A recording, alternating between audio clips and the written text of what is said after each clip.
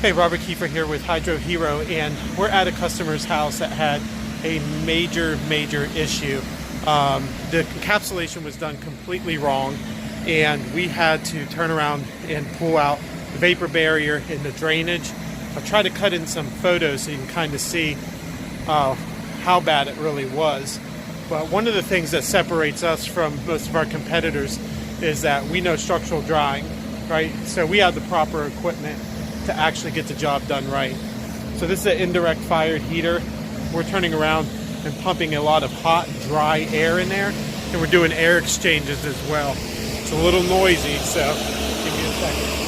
All right, so we have one tube there that's exchanging the moist air as it evaporates and gets it outside of the building envelope.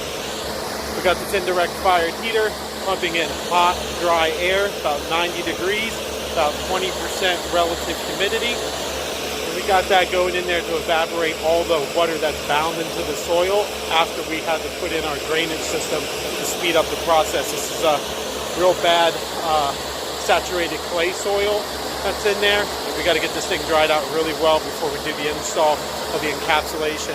So most of your other companies, your HVAC companies that are trying to do this, your home improvement guys, things like that, they're not really equipped to do this type of work to this extent. You need a true moisture control professional that understands things like evaporation potential, vapor pressure differentials, heat drying, structural drying, equilibrium moisture content, these types of things that they really probably have no clue about.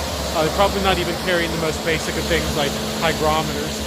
So anyways, if you have a major crawl space issue, call the real pros who have the right tools to do the job right the first time. And that's HydroHero at 302-321-7077, or find us on the web at hydrohero.com. Thanks so much for watching.